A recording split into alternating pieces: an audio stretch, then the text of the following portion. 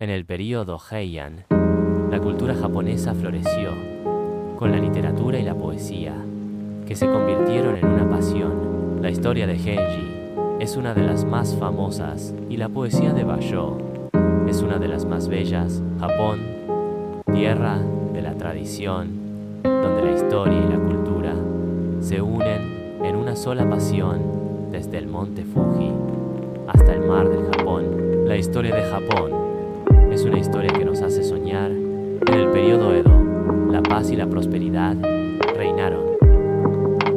Con la era de los shogunes, que gobernaron con sabiduría, la ciudad de Edo se convirtió en una metrópolis y la cultura japonesa se convirtió en una de las más ricas. Japón, tierra de la tradición, donde la historia y la cultura se unen en una sola pasión, desde el monte Fuji hasta el mar del Japón. La historia de Japón es una historia que nos hace soñar.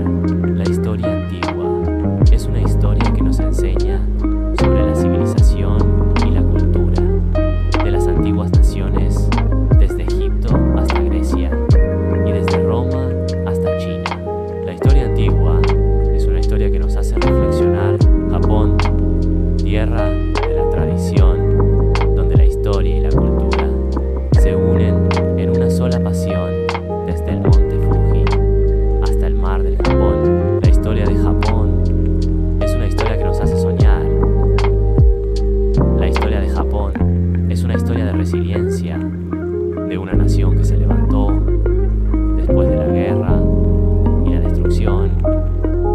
Y hoy en día, Japón es un país que se encuentra en el corazón de la tecnología